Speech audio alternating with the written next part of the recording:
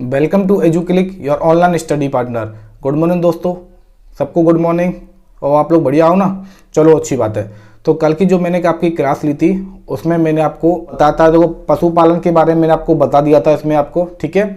इसके अलावा रेशम कीट पालन भी हम पढ़ चुके थे। लाख कीट संवर्धन के बारे में भी मैंने आपको बता दिया था। ओके, मछली पालन भी मैंने आपको बता दिया था। मधुमक्खी पालन से हमने शुरुआत की थी। ओके, और इसके अलावा आज जो हम पढ़ने वाले हैं वो हम पढ़ेंगे डेयरी उद्योग के बारे में। किसके बारे में? डेयरी इंडस्ट्री यानी कि डेयरी उद्योग के बारे में आज हम पढ़ेंगे। तो देखिए, जो डेयरी उद्योग में जो प्रमुख केंद्र है वो क्या है? दूध है। तो दूध उत्पादन होता है और दूध से बनने वाले जितने भी प्रोडक्ट हैं वो किसके अंदर आते हैं? डेयरी के अंदर आते हैं। तो दूध उत्पादन से रिलेटेड क्या है? डेयरी उद्योग होता है, ठीक है। तो उसके बारे में देखेंगे।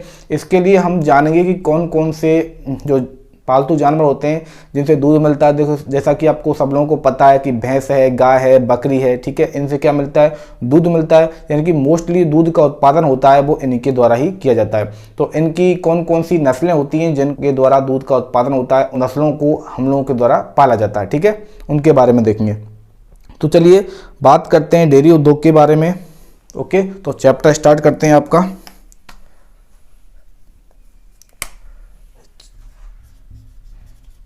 चैप्टर आपका 14वां चल रहा है, इसकी आज ये लास्ट क्लास है। ओके, तो देखिए हम बात करते हैं डेयरी उद्योग की, यानी कि डेयरी इंडस्ट्री। अब देखिए, डेयरी इंडस्ट्री का जो प्रमुख केंद्र बिंदु है वो क्या है? दूध उत्पादन है। क्या है? दुग्ध उत्पादन है। अब दुग्ध उत्पादन के लिए भैंसें पाली जाती हैं, ठीक है, गायें पाली जाती हैं, इसके अलावा बकरियां पाली जाती हैं। अब देखिए इनकी कौन कौन सी नस्लें जिनका पालन पोषण किया जाता है। तो देखिए, भैंसों की बात करते हैं तो मुर्रा, जाफराबादी, सूखी, भदावरी, मेहसाना, ठीक है। मुर्रा, जाफराबादी, सूखी, भदावरी और मेहसाना। अब गाय की बात करते हैं तो देखिए, सिंध, ठीक है, साहिवाल,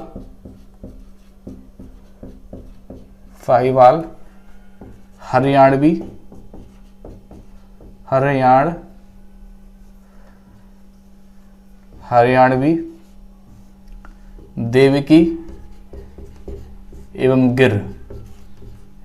ये किसकी नस्लें हैं? ये गाय की नस्लें हैं। और यदि बकरियों की बात की जाए तो देखिए, जमुनापरी, कश्मीरी, सिरोही, बारबरी, ठीक है। और ये कश्मीरी कौन सी होती है? पश्मीना कश्मीरी होती है, कश्मीरी पश्मीना।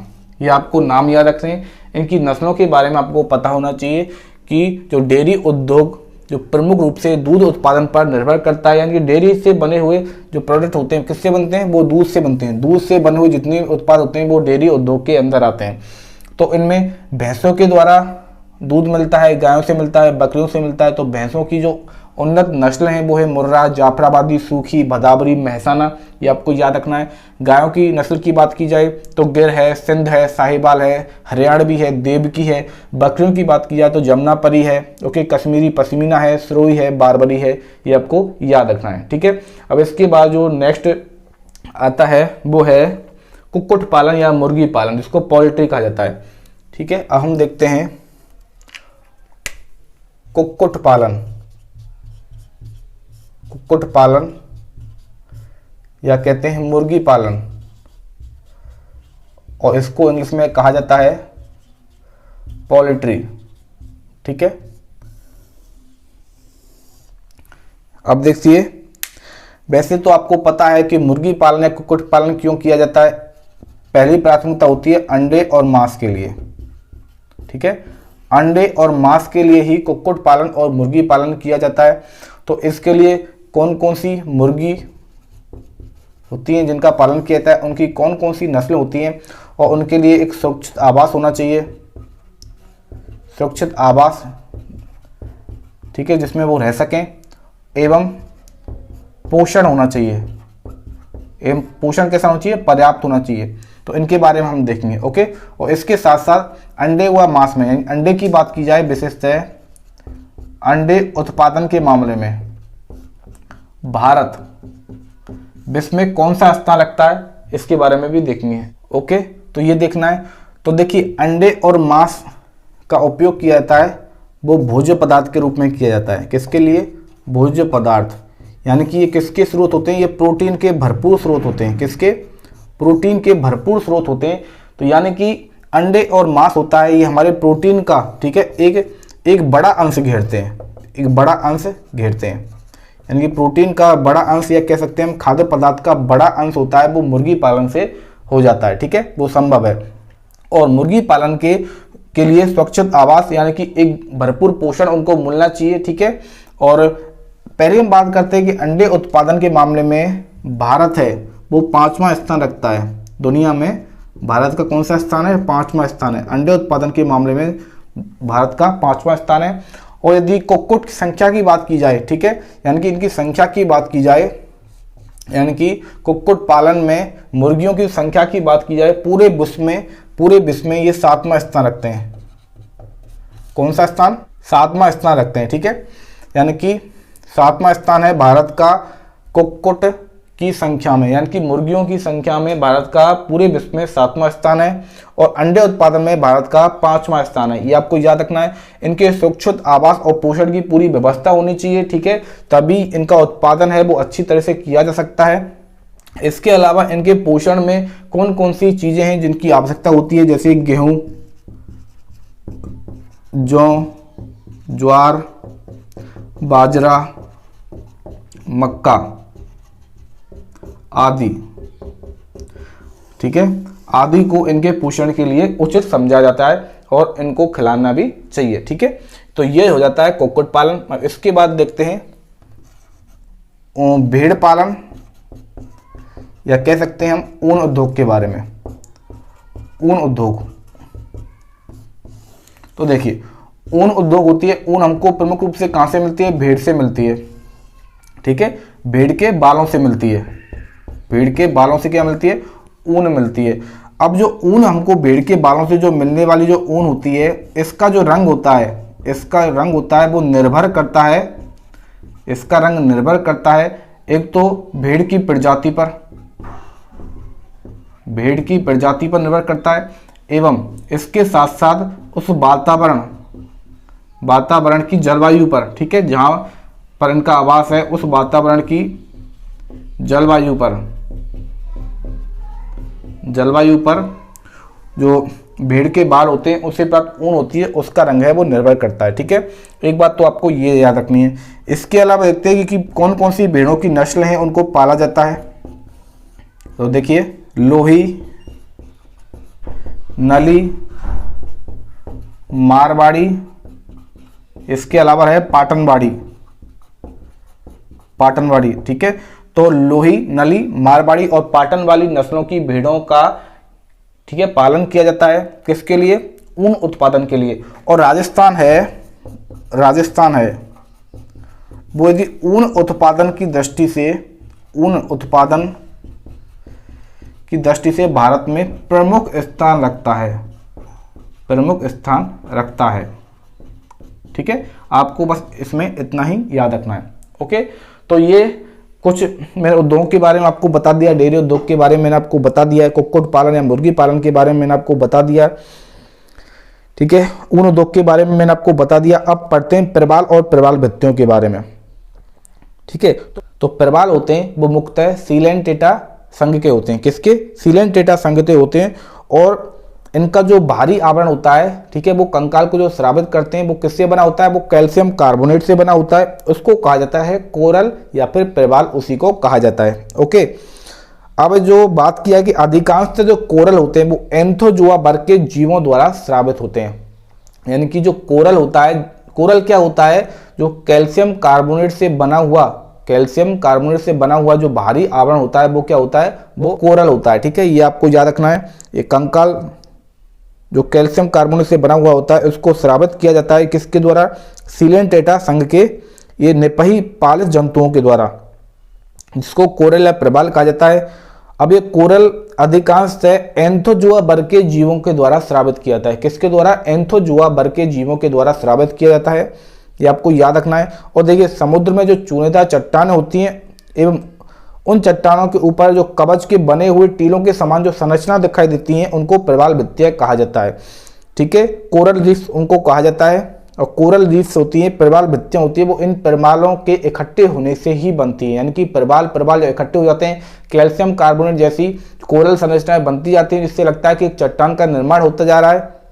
ओके, और वो ये कवच होते हैं जो एक टीले के रुमा एक संरचना बना लेते हैं, उनको प्रवाल भित्तियां कहा जाता है। तो आपके इस प्रवाल भित्तियों में कितना, केवल इतना ही दे रखा है। ठीक है, आपके इस प्रवाल और प्रवाल भित्तियों में केवल इतना ही दे रखा है। तो आपको ये याद रखना है कि कोरल या प्रवाल किससे बनता है? यह कैल्शियम कार्बोनेट का कंकाल होता है, कैल्शियम कार्बोनेट से बना हुआ होता है, ये आपको याद रखना है। और प्रमुख रूप से जो कोरल होता है उसको एंथोजुआ वर्ग के जीवों के द्वारा स्रावित किया जाता है। किसके द्वारा? एंथोजुआ वर्ग के जीवों के द्वारा स्रावित किया जाता है, और ये सीलेंटेटा संघ के होते हैं। ठीक है, ये आपको इतना ही केवल इसमें याद रखना है। अब देखिए, अब बात करते हैं मोती या मुक्ता संवर्धन की बात करते हैं। तो देखिए, मोती या मुक्ता संवर्धन की बात करते हैं कि इसको पर्ल कल्चर कहा जाता है।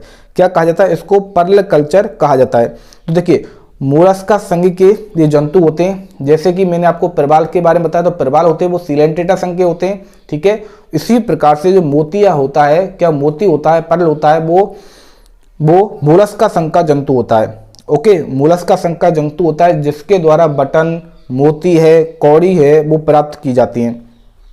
और इन मोतियों का उपयोग रत्न आभूषण के लिए किया जाता है। ठीक है, ये आपको याद रखना है। तो अब देखते हैं कि मुक्ता संवर्धन क्या है। तो देखिए, कृत्रिम रूप से जब सीपियों को पाला जाता है और उनसे जब मोती प्राप्त किया जाता है तो उसी को क्या कहा जाता है? उसी को मुक्ता संवर्धन यानी कि मोती मिलना कहा जाता है। ठीक है, मोती होता है एक मूल्यवान रत्न होता है, यह सफेद होता है, चमकीला होता है, गोलाकार संरचना होती है इसकी, जिसे आयस्टर जैसे मोलस्क अपने कवच के नीचे स्वयं की रक्षा के लिए स्रावित करता है। यानी कि जो मोलस्क होता है, क्योंकि देखिए ये जो जीव होते हैं वे मोलस्का संघ के होते हैं, इसी कारण इनको मोलस्क कहा जाता है। तो जो मोलस्क होता है, देखिए इस प्रकार से ये बनती है, ये ऐसे करके। ठीक है, तो यहाँ पर ऐसे मिलता है, यहाँ पर क्या एक मोती मिलता है। तो ये क्या होता है? एक सीपी होती है, इसके अंदर मोलस्क जंतु होता है। ठीक है, मोलस्क जंतु होता है, वो अपने आप को सुरक्षित करने के लिए इसका निर्माण करता है। किसका निर्माण करता है? इसे मोती का निर्माण करता है। ठीक है, तो ये मोती कैसा होता है? सफेद होता है, चमकीला होता है, गोलाकार होता है। ओके, तो आयस्टर इसको कहा जाता है। और ये मोलस्क अपने कवच के नीचे, ठीक है, अपने कवच के नीचे स्वयं की रक्षा के लिए स्रावित करता है। ओके, अब देखिए जो मुक्ता संवर्धन यानी कि मोती की जो तकनीक थी वो जापान में विकसित की गई थी। कहाँ पर, किसमें विकसित की गई थी? जापान में विकसित की गई थी, ये आपको याद रखना है। और यदि इसमें बात की जाए कि जो समुद्री आयस्टर से प्राप्त होने वाले जो लेंगा मोती होते हैं, कौन से लेंगा मोती होते हैं, वो सबसे उत्तम माने जाते हैं। स्वच्छ जल में पाए जाने वाले सीपियों से प्राप्त मोती होते हैं वो कम मूल्यवान होते हैं। तो देखिए इसमें आपको एक बात और याद रखनी है, लेंगा मोती की बारे में बात करनी है। लेंगा मोती, ठीक है, ये लेंगा मोती होते हैं, ये उत्तम किस्म के माने जाते हैं, उत्तम किस्म के माने जाते हैं। ठीक है, देखिए मोती संवर्धन में आपको क्या याद रखना है, यहां पर मैं पॉइंट लिख देता हूं। मोती संवर्धन, मैंने आपको क्या बताया, मोती संवर्धन में आपको पहले तो आप ये याद रखना कि ये मोलस्का संघ के होते हैं, मोलस्का संघ के होते हैं।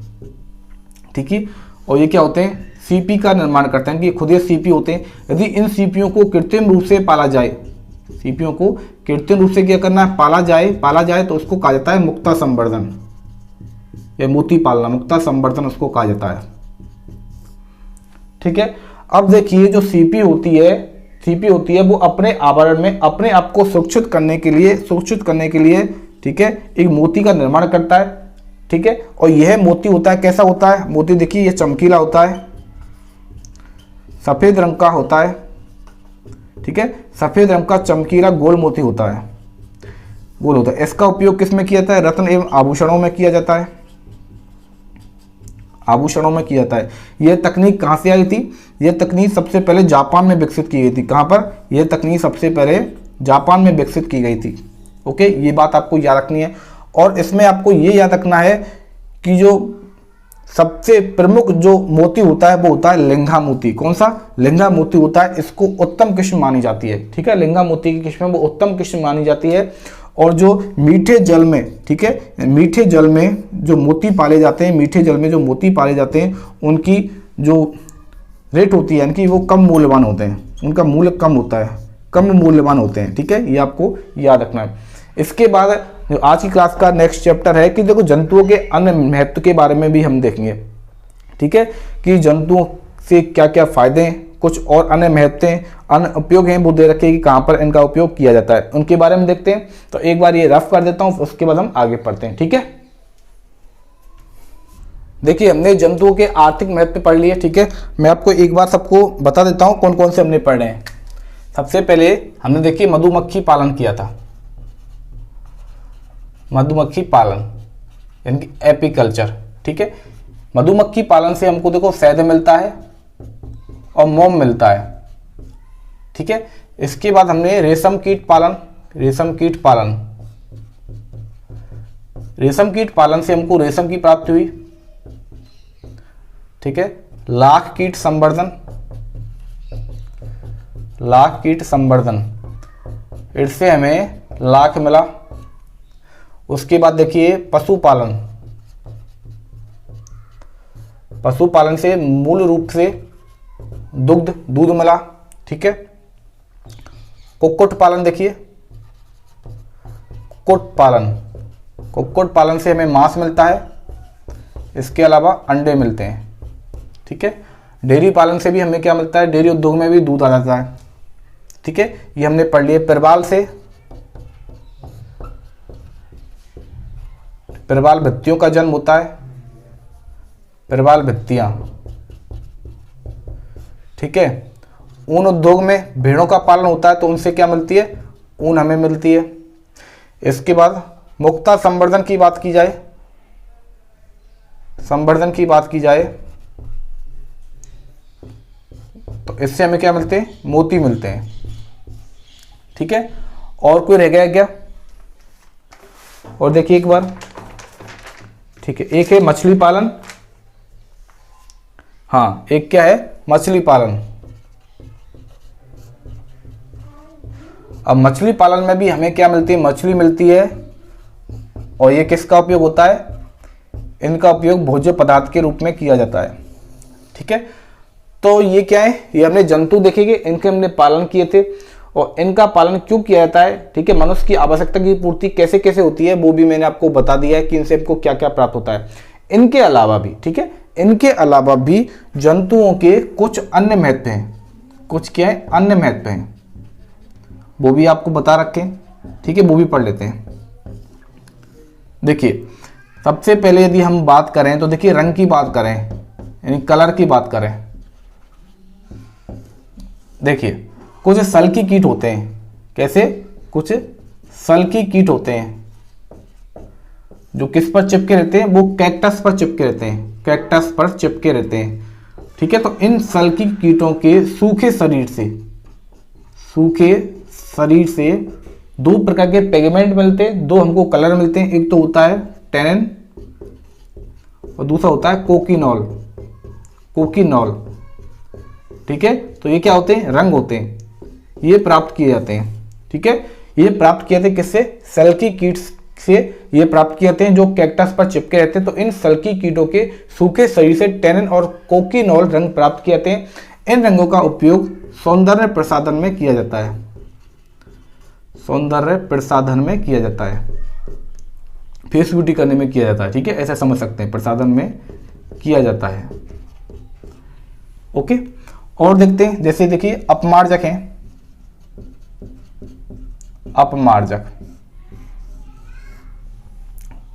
तो अपमार्जक क्या करते हैं? यह जैव निम्नीकरण करने का कार्य करते हैं, यानी कि जो पादप होते हैं और जंतु होते हैं, ठीक है, जब इनकी क्या हो जाती है? मृत्यु हो जाती है, तो मृत्यु होने के बाद जो इनका बॉडी होता है, इनके शरीर होता है, इसमें से दुर्गंध ना फैले और ये शरीर सड़े नहीं। तो ये अपमार्जक होते हैं, ये क्या करते हैं, इस शरीर को खा जाते हैं। क्या करते हैं, खा जाते हैं और दुर्गंध और सड़ने से क्या से बचाते हैं, दुर्गंध और सड़न से बचाते हैं। ठीक है, दुर्गंध और सड़न से ये बचाते हैं। तो इस प्रकार से अपमार्जक का, ठीक है, हमारे जीवन में काफी महत्व है, क्योंकि ये जो मृत जो पादप और जंतु होते हैं उनके शरीर को ये खा जाते हैं। ठीक है, और जिसके कारण उनका शरीर है वो खा जाते हैं, बाकी का मिट्टी में मिल जाता है। ओके, जिससे दुर्गंध और सड़न की स्थिति पैदा नहीं होती है और जिसकी वजह से बहुत सारी बीमारियां होने से बच जाती हैं। और बात करते हैं कि कुछ और इनके अन्य महत्वों के बारे में बात करते हैं। देखिए, भोजन के बारे में बात करते हैं। मानव के द्वारा भोजन के रूप में भी कुछ जंतुओं का उपयोग किया जाता है, जैसे कि लोग छिपकली भी खा जाते हैं भाई। छिपकली है, मेंढक है, सांप, मछली, तो इन जंतुओं का उपयोग भोजन के रूप में भी किया जाता है, भोजन के रूप में भी किया जाता है। इसके अलावा देखिए, परागण की बात की जाए, ठीक है, तो परागण में क्या होता है, जो पुष्पी पादप होते हैं, उनमें परागण की सहायता से क्या बनते हैं, उनमें निषेचन होता है। परागण की सहायता से क्या होता है, निषेचन होता है। तो ऐसे जंतु होते हैं जो ये परागण का कार्य करते हैं, ये परागण का कार्य करने में मदद करते हैं। तो देखिए कौन कौन से हैं, तितली है, ठीक है, बहुत सारे कीट होते हैं, भौरा है, इनकी भृंग इसको कहा जाता है, चींटी है, और देखिए मधुमक्खी है। ठीक है, जो परागण में हमारी सहायता करते हैं और फसल उत्पादन में क्या करते हैं, वृद्धि करते हैं। ओके, और देखते हैं कुछ इनके उपयोग। और देखिए, यदि औषधीय महत्व की बात की जाए, औषधीय महत्व की बात की जाए कि दवाओं में इनका उपयोग कहाँ किया जाता है, तो देखिए कुछ कीट होते हैं, जैसे कि नाम मैं आपको बता दूं। एक का नाम है ब्लिस्टर मृग। क्या नाम लिखा है मैंने, ब्लिस्टर मृग। क्या होता है, एक कीट होता है। तो इस कीट से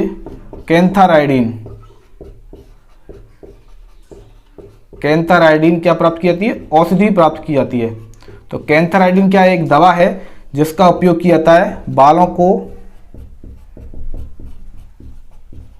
को झड़ने से रोकने में। इसका उपयोग किया जाता है बालों को झड़ने से रोकने में, इस कैंथराइडिन औषधि का प्रयोग किया जाता है, जो एक कीड़ा ब्लिस्टर मृग से प्राप्त होती है। ठीक है, तो औषधीय महत्व भी है। और देखिए इनके औषधीय महत्व के बारे में कुछ और बातें बताता हूं मैं आपको। देखिए, जो मधुमक्खी होती है,